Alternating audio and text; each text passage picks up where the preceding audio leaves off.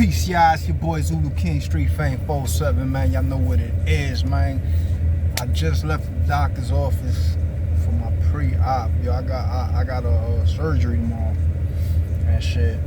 So I just left the doctor's office. Everything's clear. I got some ashes in my eye.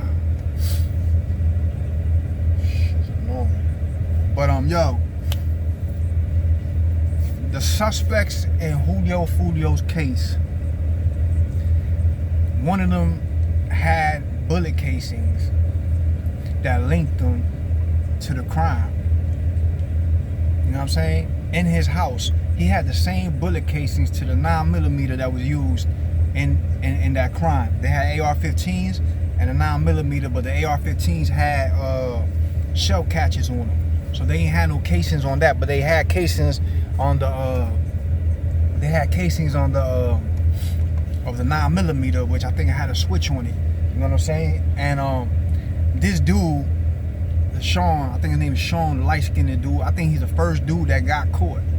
And I think, if I'm not mistaken, because I don't be remembering all their names and all that, but I think he's the only one charged with like the 3 attempted murders. But he was like the first one that got caught, and then everybody else got caught. So, but they got them on camera from Jacksonville all the way to Tampa, running the tolls. Foolio's mom just did an interview on Say Cheese, and she said like a lot of the evidence that was leaked out to her by the police, they told her, they ain't leak it out to her, they just told her what was going on, but it hadn't been leaked out to the news outlets and stuff like that, and the social medias. Excuse me. But she said that, man, it's bright as hell. She said they got them on tolls, they got them on like stopping for gas, they got them on cameras everywhere, they got their phones, so they pretty much linked them to every step of the way to the murder and to the murder. Now, this kid Sean, me personally, because supposedly he has bullet casings in his house that match the 9mm that was used to kill Foolio, along with the AR-15, but he didn't have the AR-15 rounds, just the 9mm rounds, and 223 rounds from a prior shooting. And I believe when Foolio got shot in his foot, they found casings that matched that shooting. So from the first attempt on Foolio's life, well, not the first attempt, but the last attempt on Foolio's life, where his foot almost took off, they got the 223 rounds that in his house, casings that matched the casings on the scene, and from the murder of Foolio, 9mm rounds, casings that match. They found at his house that matched the ones on the scene.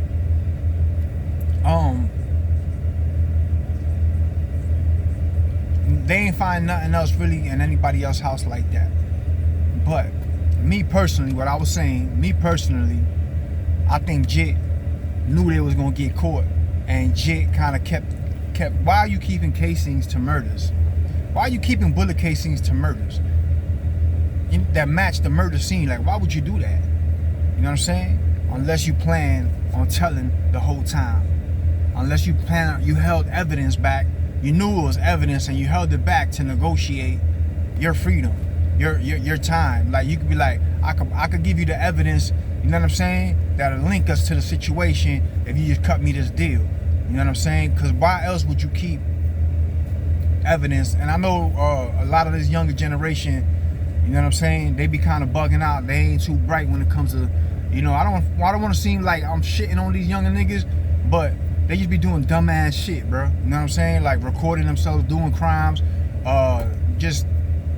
recording themselves, showing gang affiliations with weapons and all this stuff like that, and watching other people going to jail and RICO charges 10 times over before it even happens to them, and they still don't comprehend that the reason why they're catching those RICO charges is because you giving them all the evidence.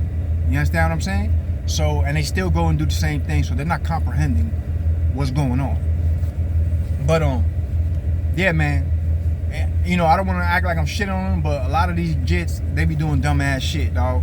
And it could be that, or me personally, since he was the first one caught and everybody else got caught, and he's the only one that got 3 attempts, everybody else got first degree murders and conspiracies and stuff like that, I believe he was kept those as a security blanket.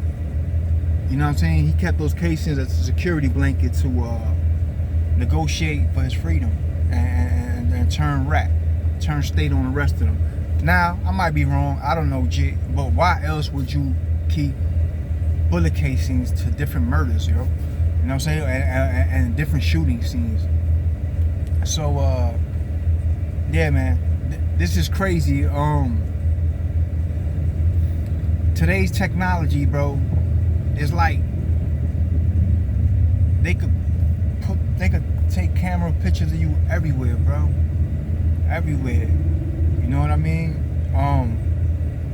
So the whole ride, I think even the restaurants that they stopped and ate at, the whole ride from Jacksonville to Tampa to the Airbnb to the JIT house where they found the bullets. I want to say the mama had a ring, had camera footage around the house. All this footage, they got all this footage from all these places, linking you to the murder scene and everything. Like, there's no way out of this. There's no way out of this. And not only that, now they got you linked to the first time. You know what I'm saying? Well, the last time, not the first time. The last time where his funnel got blown off. They got you linked through bullet casings to that situation. So, yeah, it's kind of bugged out, man. It's a bugged out situation, man. Y'all got to be more careful about what the things you do. You know what I'm saying? Like, at one point in my life, yo, I was very impulsive. I was extremely impulsive. I'll do anything, anywhere, any given time.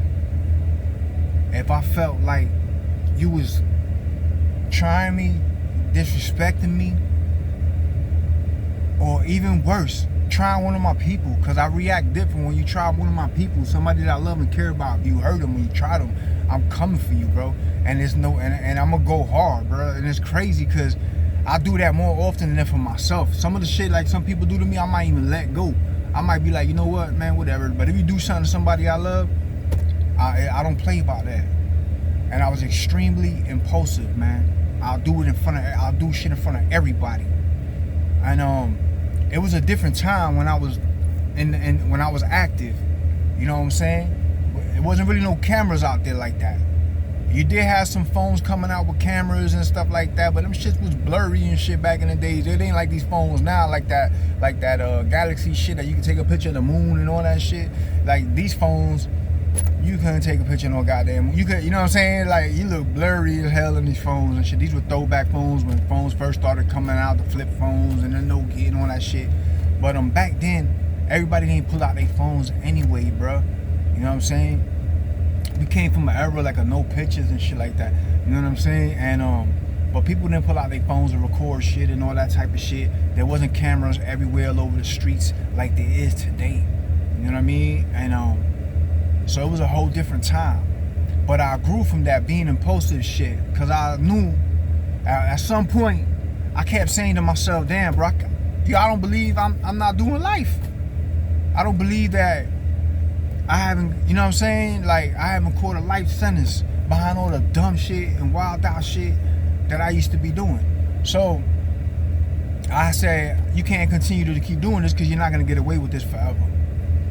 You know what I mean? And that's what y'all need to realize, y'all young bulls. You know what I'm saying? That you can't continue to keep running the way you running and think you're going to win every time.